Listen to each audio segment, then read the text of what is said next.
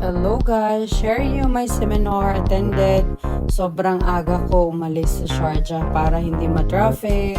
And then, sinundo ako ng pinsan ko. Nagkape muna kami kasi 8:30, parang 9 ang seminar, parang ganun. So, just have a coffee, chit-chat, nagmarites. Ganda dun sa financial center, no? Ganda ng area nila. Nakakasyala. So yun, chika-chika muna kami guys. And then, pumasok na ako around 8:30. So yan, sa Shangri-La. Ang ganda ng hotel. And that is the venue. So, hindi ko lang ma-share yung clips ng seminar, but it's just like me showing you that I attended. So, maganda naman ang seminar.